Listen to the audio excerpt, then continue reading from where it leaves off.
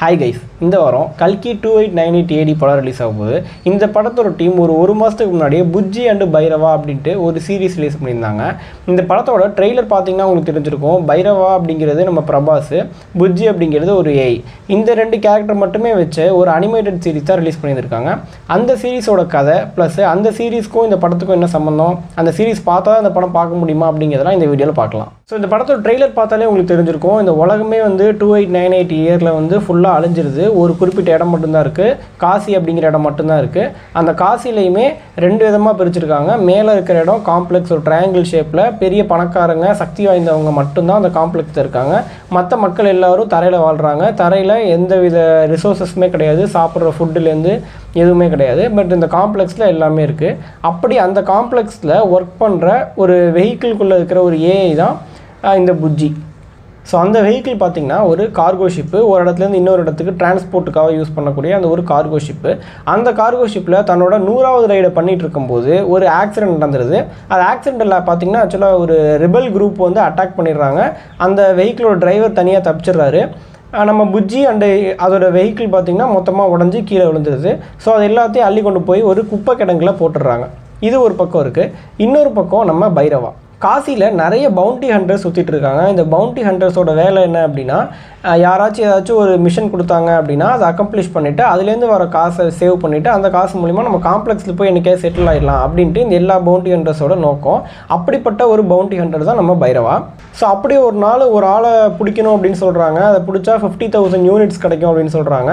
So 2898 பார்த்திங்கன்னா எந்த வித பணம் அப்படிங்கிற ஒரு பேச்சே கிடையாது. ஃபுல் அண்ட் ஃபுல் யூனிட்ஸ் வச்சு தான் வாங்குறது, யூனிட்ஸ் கொடுக்குறது, யூனிட் சம்பாதிக்கணும் அப்படிங்கிறது தான் ஃபுல்லாகவே பேசுகிறாங்க அந்த சீரீஸ்லையுமே சரி, படத்தோட ட்ரெய்லருமே சரி. ஸோ அப்படி ஒரு பவுண்டி ஒருத்தவரை பிடிக்க போகிறாங்க. நிறைய பேர் போகிறப்போ எல்லாருக்கிட்டையுமே ஒரு வெஹிக்கிள் இருக்குது. பட் நம்ம பைரவா கிட்ட எந்த வெஹிக்கிளும் இல்லை. ஸோ அதனால் தன்கிட்ட இருக்கிற மொத்த யூனிட்டுமே 3400 யூனிட்டு அதை கொடுத்து ஒரு ரிக்ஷா ஒன்று வாங்கிட்டு அந்த ரிக்ஷாவை எடுத்துகிட்டு போகிறாரு.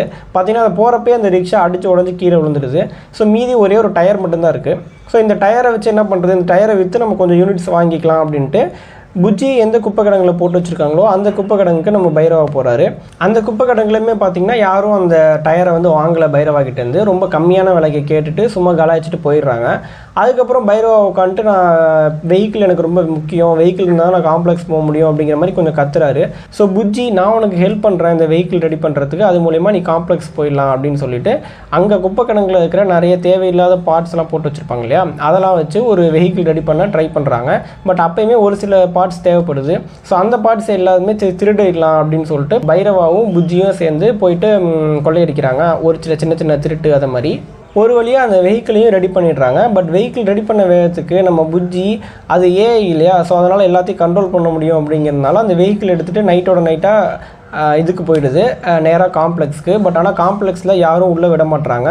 ஸோ புஜ்ஜியோட நோக்கம் அங்கே என்னவாக இருக்குது அப்படின்னா, எப்படியாவது நம்ம காம்ப்ளெக்ஸ்க்குள்ளே போயிடணும், அங்கே ஒரு நிரந்தரமான ஒரு ஆளாக தங்கிடணும்னு தான் புஜ்ஜியுமே பார்க்குது. ஈவன் ஒரு ஏஐ கூட அப்படி யோசிக்குது அப்படிங்கிற மாதிரி வச்சுருக்காங்க.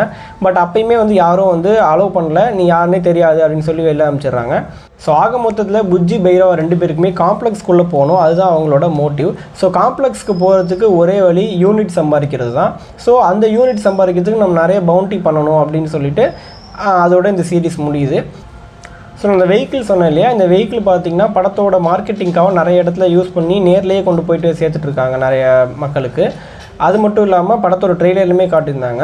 ஸோ இப்போ எதுக்காக சொல்ல வரேன் அப்படின்னா, ஜஸ்ட்டு ஒரு படம் ஒரு கேரக்டர் அப்படின்னு இல்லாமல் பைரவா கூட ஒரு ஏஐ, அந்த ஏஐக்கு ஒரு வெஹிக்கிள், இவங்க எல்லாருக்குமே ஒரு பக்காவான பேக் ஸ்டோரி அப்படின்ட்டு நம்ம அந்த டேரக்டரோட கன்விக்ஷன் இதுலேயும் ரொம்ப நல்லா தெரியுது. ஸோ இந்த சீரிஸோட நோக்கம் என்ன, எதுக்காக இந்த சீரிஸ் எடுத்தாங்க அப்படின்னு பார்த்திங்கன்னா ரெண்டு முக்கியமான காரணமாக இருக்கலாம். ஒன்று, படத்தோட கேரக்டர்ஸை ரொம்ப ஈஸியாக எஸ்டாப்ளிஷ் பண்ணிடலாம். ஸோ பைரவா யார், புஜ்ஜி யார், அவங்களுக்கு எப்படி அந்த வெஹிக்கிள் வந்துச்சு எல்லாமே இப்போ நமக்கு தெரிஞ்சிச்சு. ஸோ டேரெக்டாக படத்தில் கொண்டு வந்துடலாம் அப்படிங்கிற ஒன் ஆஃப் த விஷயம். இன்னொன்று, இந்தியாவில் இது வரைக்கும் எனக்கு தெரிஞ்சு இது மாதிரி ஒரு அனிமேட்டட் சீரிஸ், ஒரு படத்துக்காக ஒரு அனிமேட்டட் சீரிஸ் எடுத்திருக்காங்களா அப்படின்னு தெரில. ஸோ இதுதான் முதல் முறைன்னு நினைக்கிறேன். இந்த சீரிஸ் மொத்தம் ஒரு 1/2 மணி நேரம் தான் இருக்குது, 2 எபிசோட் தான், 15 மினிட்ஸ். ஸோ இந்த 1/2 மணி நேரத்தில் அவங்க சொன்ன கதையை படத்தோட ஸ்டார்டிங்கில் ஒரு 5 மினிட்ஸ் ரொம்ப ஷார்ட்டாக சொல்லுவாங்க அப்படின்னு நினைக்கிறேன். பட் இந்த சீரிஸ் பார்த்துட்டு படம் போய் பார்த்திங்கன்னா நமக்கு இன்னொரு அண்டர்ஸ்டாண்டிங் இருக்கும். ஸோ டைம் இருந்தால் பாருங்கள். தேங்க்யூ கைஸ், இன்னொரு வீடியோவில் சந்திக்கிறேன்.